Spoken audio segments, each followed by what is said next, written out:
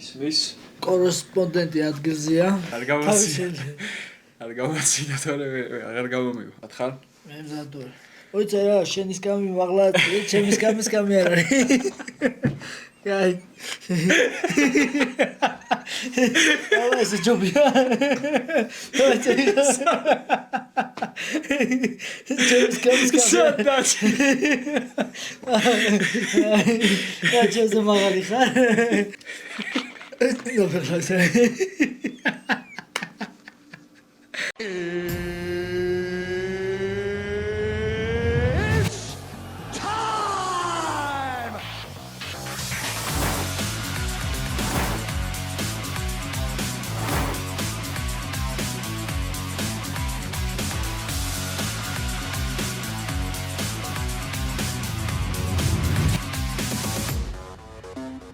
მოგესალმებით მეგობრებო, მე ვარ ვატო ღვინჯილია, თქვენ ახლა იმყოფებით ჩემს არსზე და დღეს ვყავს სტუმრად მერაბ დვალიშვილი, ჩემპიონი. როგორ ხარ მერაბ, როგორ გრძნობ თავს? მართლა კარგად ვზნობ თავს.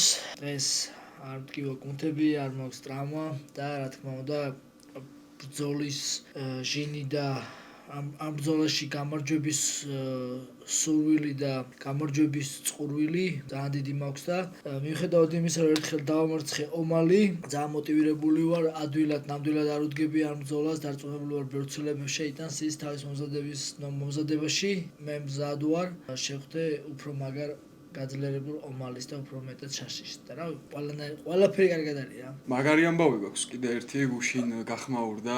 უმაგრესი.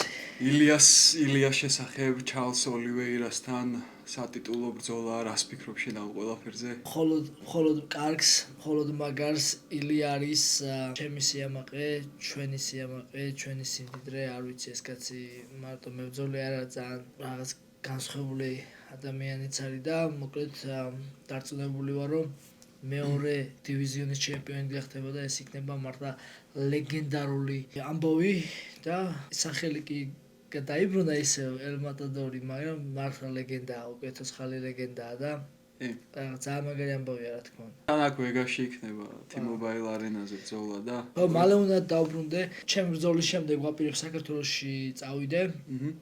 ერთი კვირით მე აზერბაიჯანში ტარდება ბრძოლა, იქაც დამპატიჟეს და UFC. ხო, UFC დამპატიჟა და იქაც უნდა ჩავიდე და შემდეგ ვეცდები, რომ მალე დავბრუნდე ვეგაში, რადგან ილია ბრძოლობს და გულშემატკივრო გავხსნაო, დაუდგე როგორც ერთი რიგითი გულშემატკივარი ქართველი და თანაგუნდელი გვერდში, მორალურად, ფიზიკურად რაც შემეძლება და რა თქმა უნდა, ძალიან ისტორიული მომენტი არის ჩვენთვის ყველასთვის და სიტყვების ზედმეტია რა, ყველა ვიცით რა მაგარ ეპოქაში ვართ რა, რომ ილია თופურია მეორე ქამა შეუდეს და თან ორი ქართველი ხო რა ივნისში ბრძოლობთ, ორივე main event-ი ვართ, მთავარ ბრძოლები. სოს შენ სეხუდოსთან იბრძოდი, ილია კამერზე ჩხუბობდა ვოლკანოვსკისთან და აქ PI-ში ვარჯიშობდით და რამოდენიმეჯერ ერთადაც ჩაატარეთ რა ვარჯიშები და ასე შემდეგ და ეხლა უკვე რა ვიცი ორივე კამერებს იცავთ თან ლეგენდარულ მებრძოლებთან ჩხუბობთ, თქვენც ლეგენდები ხართ. ო, სასწაულია. საინტერესო ამბები გველოდება ეხლა წინ კიდევ. კი, წარმოიდგინე ილიამ ალექსანდრე ვოლკანოვსკი დაამარცხა, მაქს ჰოლოვეი დაამარცხა, სხვა წონაში გადავიდა, ხა ლეგენდარულ ჩარლზ ოლივერას ებრძოლება და დარწმუნებული ვარ, რომ მასაც დაამარცხებს. მეც კამარი მოვიგე, ჩემპიონი ვარ და რავი, მოკლედ. მოვიგე, დაიცავი და ანუ ეს კითხვა მქონდა კიდევაც მზად, მოკლედ სულ მაინტერესებდა, რომ ანუ ორი სიტუაცია რომ აიო, ესე ვთქვათ, როდესაც კამარზე იბრძოდი და როდესაც იცავდი რა კამარს. ანუ საერთო ჯამში რომელი უფრო რთული იყო, ანუ მომზადების მხრივადაც და მენტალურადაც, აი რომელს უფრო ჩემი აზრით გამოვარჩევდი. მე კამარზე ბრძოლა მანამდე მეკუთვნა და უბრალოდ რთული იყო, რომ ლოდინი არ ვიცოდი მომცემდნენ თუ არა რა. ზუსტად ორი თვე იყო დარჩენილი ბრძოლამდე, რომ დამირეკეს და მინითხეს, რომ всё, დამტკიც და შენ ბრძოლობ კამარზე. მოლოდინი იყო რთული, რომ მეგონა იმედი მქონდა გადაწურული რა. შემდეგ რომ მოვიგე რაღაც ტრამვები რაღაცები და ანუ მოკლედ ეს ბრძოლა უმართან მე მინდოდა ან თებერვალში, ან მარტში. რადგან ნუ შობა გვაქვს 25 დეკემბერს, მე ახალი წელია, მაგ დროს დარბაზები დაკეტილია. 25 დეკემბერს ამერიკაშია შობა. მე ახალი წელია, მე ჩვენ გვაქვს შობა, მე ძველით ახალი წელი და ნუ ისე ემთხვევა რომ ქართველები ვართ, აღნიშნავთ ახალ წელს, შობას, ძველ ახალ წელს, ანუ აქ შობას 25 დეკემბერს დარბაზი დაკეტილი არის ხოლმე.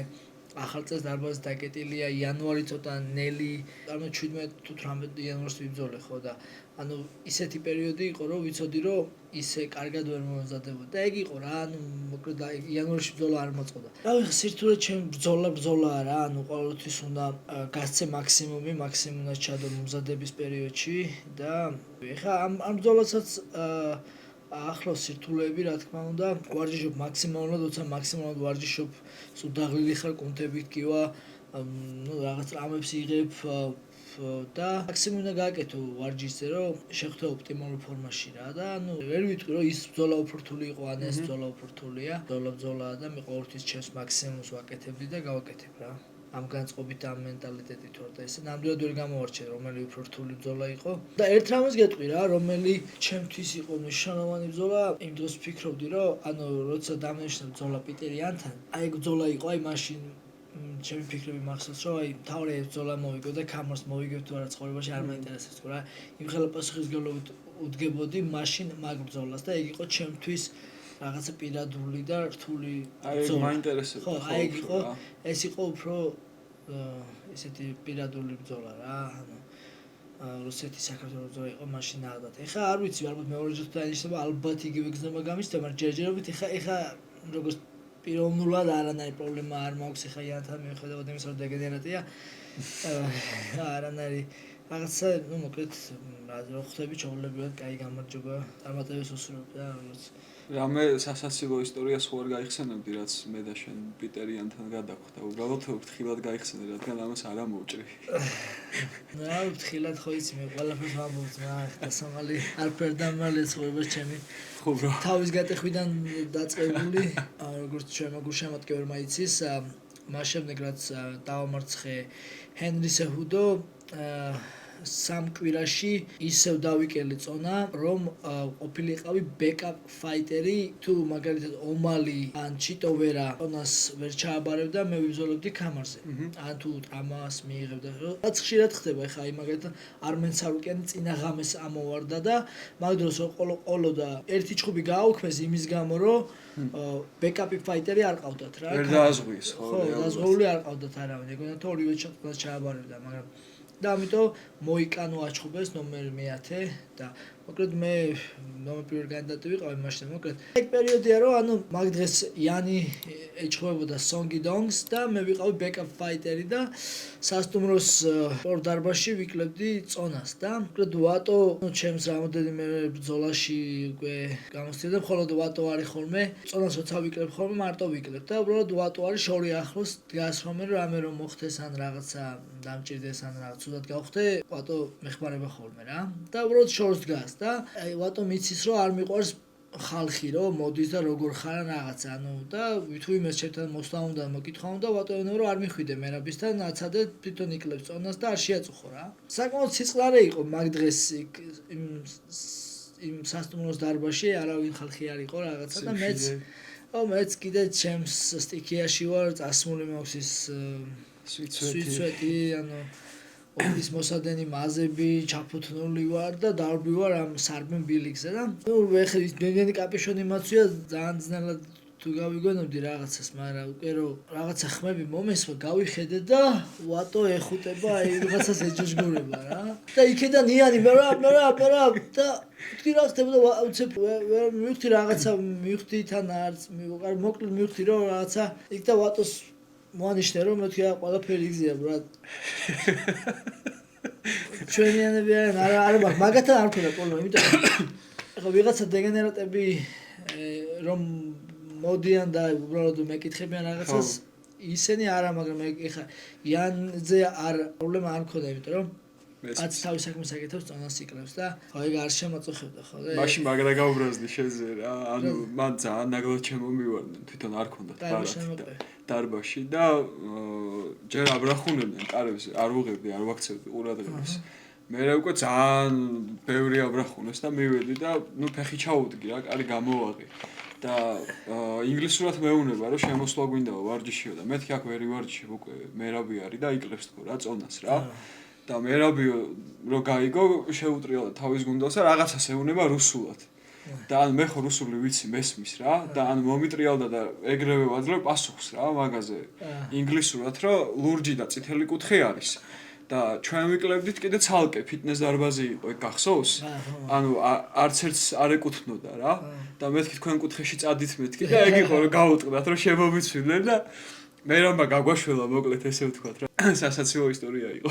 თავარია იქ ბრძოლაში მოვგეთ ეხა მე მაგ დროს გახსოვს მე უკვე ნახეთ კიდევაც იმ საღამოს ხო იმ საღამოს მე წონის შემოწურულად ჩავედი დაბლა და ისიც ის იყო აგზელებდა ისიც იქ იყო აგზელებდა წონის კრებას და უთხარი რომ მეთქი აბა შენ ციხე სერიოზულად და მეთქი იმენა სონგიდონს უნდა მოვუგეთ რა და იმენა მე გულშემატკივრობ მეთქი რა შენი მოგება მაწყობს და გამიხარდება მეთქი რა მაგანაც მითხრა რომ კი შენიცი რომ აი უმართან დიდი სიამოვნებით ნახავდი პიტერის ბრძოლას რა მოკლედ მეგონი ეგრეც იქნება რა იმიტომ რომ ალბათ უმარისთან აჩხუბებენ იმიტომ რომ მაგასაც ფაქტიურად ყველასთვის მოგებული ეგ საჰენგანს მოუგო სონგიდონს მოუგო ტოპ მებრძოლები ხა ესე ვთქვათ გაიარა რა ყველა რა ხოდა შორის ჩიმიქსი ხო ნახე კიეფერლიდან წამოვიდა და კიეფერლიდან წამოვიდა ეხა ჩიტოვერ ამოვარდა და ბაუტისტას ჩაუსვეს ვა ხატაო უკვე მოიგებს და უკვე დაფხოჩი იქნება რა ბიჭო ჩემი აუ გუში მინდოდა მაგ თემაზე შენთან ლაპარაკი რა მთელი დღე დავდიოდი პოსტით იმენა და ჯოლუდი მეუნება რა ისაო ნახეო პაჩიო რო ისაო რა კი ანუ ნახე მეთქი რა პაჩი მიქსი რო UFC-ში გადმოდის მეთქი მაგრამ პაჩი მიქსის ყველა რაუნდის ნახი მაქვს მეთქი ვერავთან ერთად და მოვიდეს მეთქი დავხვდებით არა პრობლემა თქო რა არა პაჩი მიქსი მაგარი მებრძოლი არის და მართლა ერთ-ერთი რთული მოწინააღმდეგე იქნება ჩემთვის ნუ ჩვენ ხშირად გვიწევს ხოლმე ვარჯიში ჯიუ-ჯიტსუზე ერთმანეთში და ჯიუ-ჯიტსუში გრაპლინგში ან ჩემზე მაგარი არის ჩემთვის რთული ბრძოლა იქნება რადგან ეგეც გრაპლერი არის და მოკლედ პრობლემა არ არის ოღონდ კარგი ბიჭი არის წესიერი ბიჭი არის მიუხედავად იმისა რომ მე მაგასთან მეგობრობ პრობლემა არ არის ჩვენ ერთმანეთში ვიბრძოლოთ იმიტომ რომ ეს განსხვავდება ჩვენი მეგობრობა მაგალითად ალჯოსგან მე და ალჯო ძმები ვართ მაგრამ პაჩი მიქსი შეუძლებელი კარგი ადამიანია, კარგი სპორტსმენია, კარგი მეგობარია, მაგრამ ეს UFC-ს სხვა შემთხვევა და UFC-ს კამარზეა მე მას წარმატებას ვუსურვებ, შეუძლებლად არადნაირი პირადული, მაგრამ თუ საჭირო იქნება რომ ჩვენ კამარზე ვიბრძოლოთ და ღირსეულმა გაიმარჯვოს რა. და მოკლედ ეხლა მთავარი ამოცანა შონომალის დამარცხებაა. მხოლოდ მასზე ფოკუსირება. სხვათა შორის, ნუ ერთ ქარზე ვიბრძოლებთ, იმიტომ რომ ხო, აი ჩიტოვერას ბრძოლა ჩემ ქარზე ბაუტისტაც 7 მოგება აქვს, როგორც ვიცი, და ერთ ქარზე ვიბრძოლებთ და საინტერესო რაღაცები ხდება ახლა. ავინდე რა. აი, ვერიქით. შეიძლება რომ კიდე მოტივაცია. ეს ჩემთვის კიდე მეტი მოტივაციაა, რომ ახლა ღმერთის წყალობით ეს ბრძოლა უნდა ჩავატარო კარგად. უნდა გავიმარჯვო კიდე და იცი შენ რომ მე მუშაობ ახლა უფრო ომალის დაფინიშებაზე. პირველი ბრძოლა იყო, კამარზე იყო, როცა პირველად ვიბრძოლე ომალი და ძალიან ფრთხილად ვიბრძოლე. შენც იყავი კუთხეში და გახსოვს, რა თქმა უნდა, რომ ვუდის მეძახდა ფრთხილად არგინა და მეც არ გავრისკე რა და ეხლა ამ ბრძოლაში უფრო თავისუფლად ვიქნები, ისევ ჭკვიანურად, მაგრამ მეტ რისკებს გავიღებ და ანუ მოკლედ ესეთ უნდა ვარწყავთ, ყველაფერი უნდა იყოს. თავი ეხლა ეს ბრძოლა მოვიგო და მე უკვე სხვა ბრძოლაზე სხვა ნახოთ ვინ იქნება. მე შეიძლება იყოს იანიც, შეიძლება იყოს კორი საჰენგანი, შეიძლება იყოს გამარჯვებული ბაუტისტა და პაჩი მიქსს შორის. და ვინც არ უნდა იყოს, ხივე ძლიერი მებრძოლები არიან. ოთხივესთან ღირსეული ბრძოლა იქნება, ნახოთ, ვინც იქნება. მთავარი არის, ხო, ეხლა ეს ბრძოლა მოვიგო.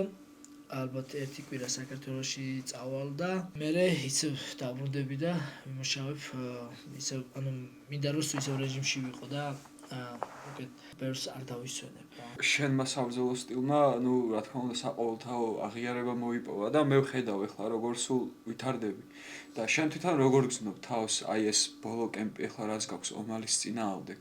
უფრო ტექნიკურ დეტალებზე მუშაობ, ხო? შემიძლია გითხრათ ამ კემპში თუ რამე შევცვალე ცოტა მიწაზე უფრო დამაზენებელი დარტყმები და უფრო მეტი კარგი კონტროლი რა. ხო.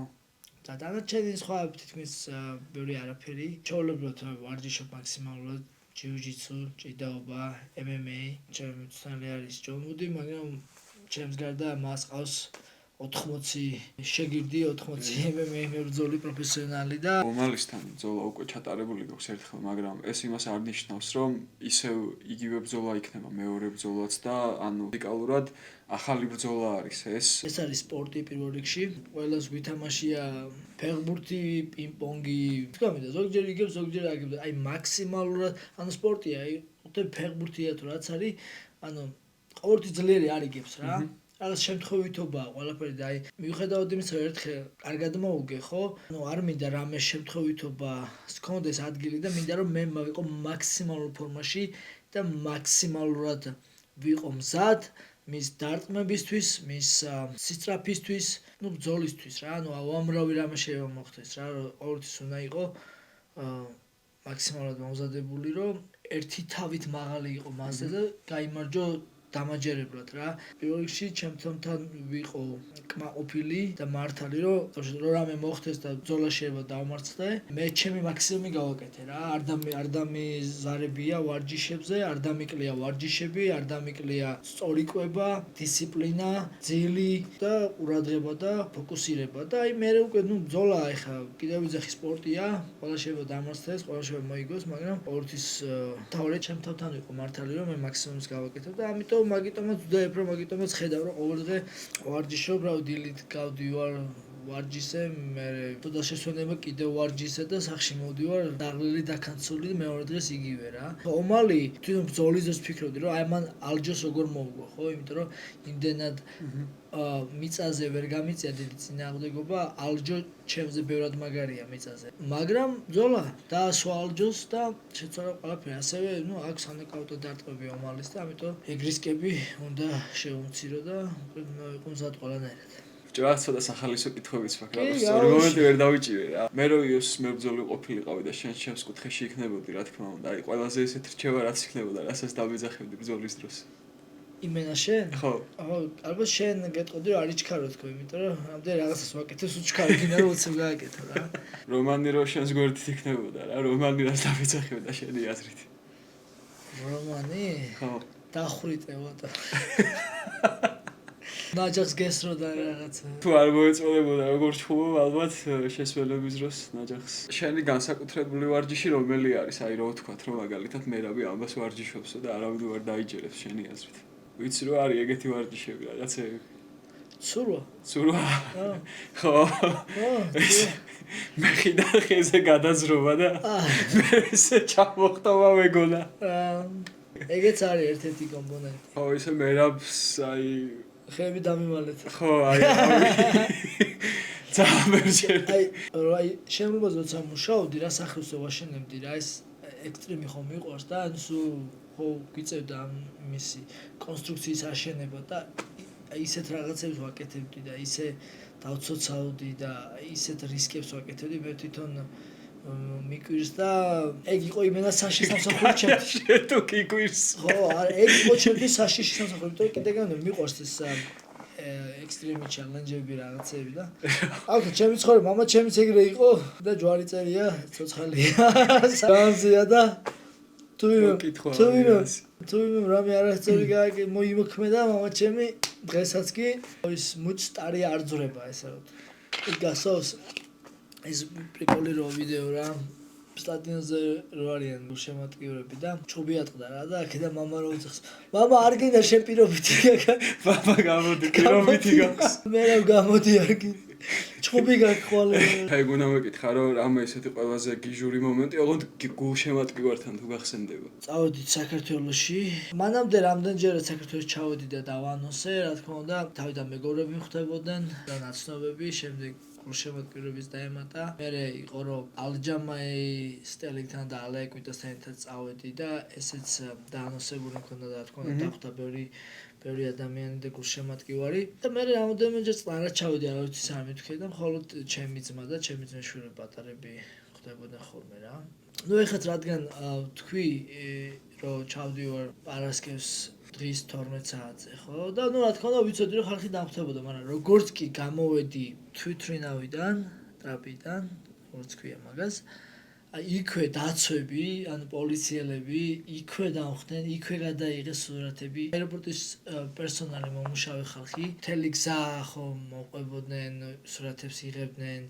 და უკვე რაღაც განსაკუთრებული ზნოდი რომ რაღაც გარეთ წარმოიდგინე რა მოხდებოდა რომ შეიგნით ესეთი ის იყო და ბარგის აზრი არ ქონდა დალოდებას რაღაცა მithres რომ ჩვენ მიხედავთ გამოგიზავნითო მაგასო რა სასწაული ხდებოდა როგორც კი გამოვედი თვითონ აეროპორტიდან რა თქმა უნდა ხალხის ტალღა ხელა იყო რომ ვერ მივესალმე თითქმის ვერავის რა იმდენი ხალხი იყო და აეროპორტიდან გამოვედით და ვიცი რომ მე ავტობუსით ღია ავტობუსით უნდა წავიდე ქალაქში და ეს ავტობუსი აქ არის და იქით უცებ გაიჭი და ცხენებიანი ეტლი რა და ვიღაცა ჯიგარი მეძახის რომ მე რა მოძმაო თელეთიდან ჩამოვედიო აი ამ ფაიტოებთან წაგიყვანო იქ თბილისშიო რა შუთა მეთქი ბაზარი არაა ძმა შენ გენაცვალე მაგრამ აუ ამათმა ნუ ნინი გუჯაბიძემ და კიდე არ მახსოვს ვინ იყო არა მე რა ბოეგო არ გამოვაო რა იმიტომ იმდენი ხალხი იყო ნუ აი ფაიტონზე რთული იქნება ყველა ამოვიდოდა ყველა ამოვიდოდა და უსაფრთხოების ხრივ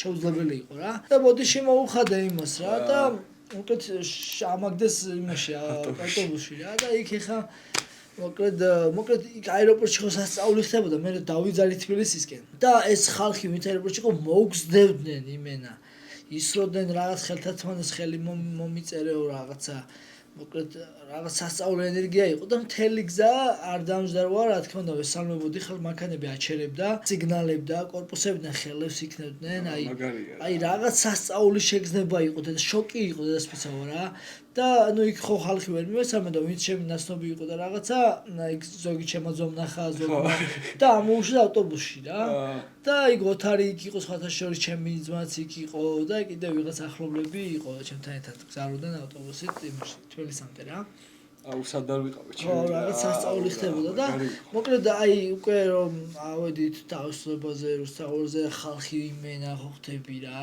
სასწაული ხდებოდა და მოკლედ მივედით ფილარმონიის წინ ვერისბაღის წინ ყველას უნდა მოსალმება ყველას უნდა ჩახუტება და მე ვიდექი ავტობუსის თავზე ის ტიპი რაც 15 წლის წინ როცა ცხოვრობდი საქართველოში იგივე ჩემში არაფერი არ შეცვლილა პირიქით თუ შეიცვალა უკეთესობისკენ შეიცვალა და ვიყავი შოკში რა უყურებ ამდენ ხალხს და ამდენი ხალხი მოვიდა ჩემთვის და უნდა რომ აი ხელი ჩემეხოს უნდა რომ მესალმოს უნდა რომ რაღაც ავტოგრაფი გამომართოს სურათი გადაიღოს და მე კიდე შოკში ვიყავი რომ მეთქი რა ხდება ამდენი ხალხი ჩემი გულისთვის მოვიდა და ესე ყველას უნდა რომ მომესალმოს ჩამეხუტოს და მომფეროს და რაღაც აი ვერ უჯერებდი ჩემთავს რომ რა ხდება მეთქი აი როგორ შეიძლება ესეთი ამხელა რაღაც სიყვარული ამხელა ამხელა გულშემატკივრობა რაღაც აი გაოცებული ვიყავი და არ ვიცი ამდენი ხანი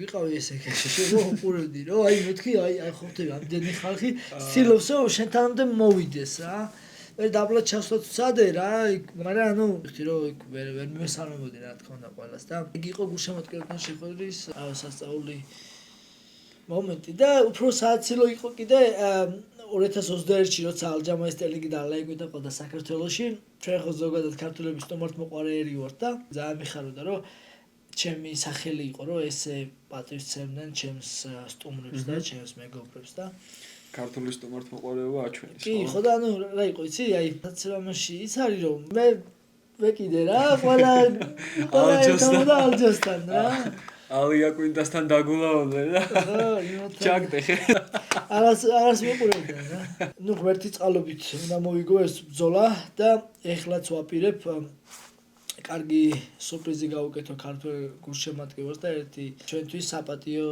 კარგი ადამიანი პოზიტივი ადამიანი უნდა წავიყვანოთ ჩემთან ერთად საქართველოში და ეს იქნება უბრალოდ რა თქმა უნდა ხა ჩვენ საქართველოში ყოფნის პერიოდს გადავიღებ დავდოთ სოციალურ მედიაში იოსის გადაღების ჯგუფის გამოყვება და ეს იქნება ჩვენი ქვეყნის პოპულარიზაციისთვის კიდე ერთი მე ვიცი ვინც არის და მაგიტო მეღიმება რა რესპექტ მე რა მაგარ საქმეს აკეთებ რა დაელოდეთ ხო ძალიან მაგარ ამბებს დაელოდეთ ძოლის მერე თორემ ჯერ უნდა მოვიგო და მე უკვე ყველაფერი მაგარად იქნება წარმატებები ჩემო ძმაო. მადლობა. წარმატებები შენ, წარმატებები მეც, ჩვენ გუნდს, მოკლედ თელ საქართველოს და მადლობა რომ დრო გამონახე და არ არის პრობლემა. გაიხარე წარმატებები. მადლობა. შენს YouTube არხს. მეგობრებო, მოიწონეთ ეს YouTube არხი, დააკომენტარეთ, გამოიწერეთ, გააზიარეთ, გადაახვიეთ. და გავიცნეთ ასევე ჩემი YouTube არხის მოწონებით. Yo bro. მეგობრებო, რაც შეეხება კამერის გათამაშებას, რომელზეც ძალიან ბევრი მწერდით, ამ დღეებში დაელოდეთ ჩემს Instagram-ზე პოსტს, სადაც დავდებ უკვე გათამაშებას, გათამაშების პირობებიც აღწერაში იქნება მითითებული, ასე რომ აი აქ გამოვაჩენ ჩემს Instagram-ს, თუ ჯერ კიდევ გამოწერილი არ ყავართ, გამომიწერეთ და გათამაშების პირობებს უკვე იქ გაიცნობით. ეს ვიდეოც აუცილებლად მოიწონეთ, მე დროებით გემშვიდობებით და წარმატებებს გისურვებთ.